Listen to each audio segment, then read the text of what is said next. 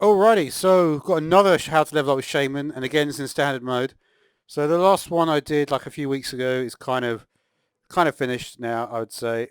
Like because we're moving into that later period, it's like you have to have more. Everything has to be a bit more mid-range.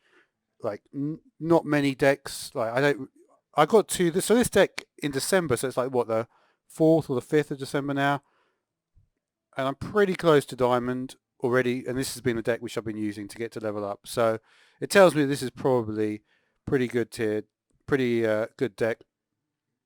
And and I'm not really seeing like a great deal of it's all just mid-range stuff you're playing against, and you're just trying to play better cards than your opponent. But I think that's sort of what is going on at the moment. Unfortunately, often when a new expansion comes out, it's like much more aggro based, and then everyone sort of like gets a handle on it. And then I think it's like you still do have some aggro decks, but they're not. But it's not as many really, and only like you have to be really super skilled to go through it with the aggro decks, and so it means that you don't really get that many. But yeah, let's look. I mean, this deck is kind of similar in terms of what I did before, but like, I mean, the Yashaj combo is like an OTK, right? Like, you could think how much. I mean, there's definitely like a 16 damage. Like, so that's six. That's like 8, and then with the circus minute is 16. So that amount of damage is really, really good with Yashaj. So you can do 16 damage from. So that's a lot of damage to do on one turn, and it can often win. So yeah, I mean, it's like, and instead of, just comparing it to the old deck, obviously I remember the old deck pretty well. I played it a lot as well. It had a lot of Doom, it had Doom Hammers and a Nara. You could probably put a Nara in here. I mean, I was thinking, could you do a Nara with Whack-A-Null Hammer? Wouldn't really work. Wouldn't really work. But it is something that you could potentially do. You could just have one turn with the hammer and one without. But yeah, but the real way to do this is you just try and build up your Galakrond. So Invocation. This is an interesting card. The Not that one actually. The Parade Leader. That can get you, 4 attack, 2 1s. Well, you know what I mean. Add 2 to the 2-1 attack. So that can be an interesting way to clear some problems on the board. This card as well is really strong. It's a 9/6 if it gets buffed itself. That's pretty good. Obviously, you can buff this as well. Yeah, it's draw any minion. Yeah, I was just trying to think because actually haven't drawn that. I've never drawn this, but what this will be a 3/3. It's gonna be a 7/11. I mean, that's pretty amazing. And if you are playing against an aggro deck, obviously you're gonna want to keep this. This can, yeah, it can just do a lot in terms of controlling the board. And similar stuff with Kronks, often if you really need to get Galakrond, you really would prefer to do the devastation though, obviously. And yeah, I mean, it's not that different from the other deck, but it's just more control, more stuff, which is not like the other deck was really like everything was damage, damage, damage. It was like face shaman. This is more do a bit of defense. Remember, this can be 8. This can be 8 damage to one minion, and then 3 to the rest if you've got a spell power totem. Fireheart. Yeah, there's just so many good cards you can get out of Fireheart.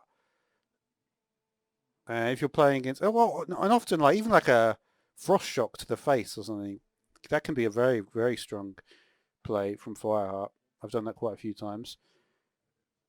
This obviously is going to get corrupted as well, so you can get it back with your charge. This is a really good one. This is probably the card, if you've got any card that you would really want to buff with Whack-A-Null Hammer, it's this. So definitely worth trying to do that. Note taker. What do you want from the note taker? Well, trying to think. Normally, remember, of course, when I said 16 damage at the beginning, that's just assuming you only play 2 of these, right? If you're note taking, say you note take both of those, what's 24 damage from your charge, potentially in a long game. If you can get all the, often you're going to want to just do.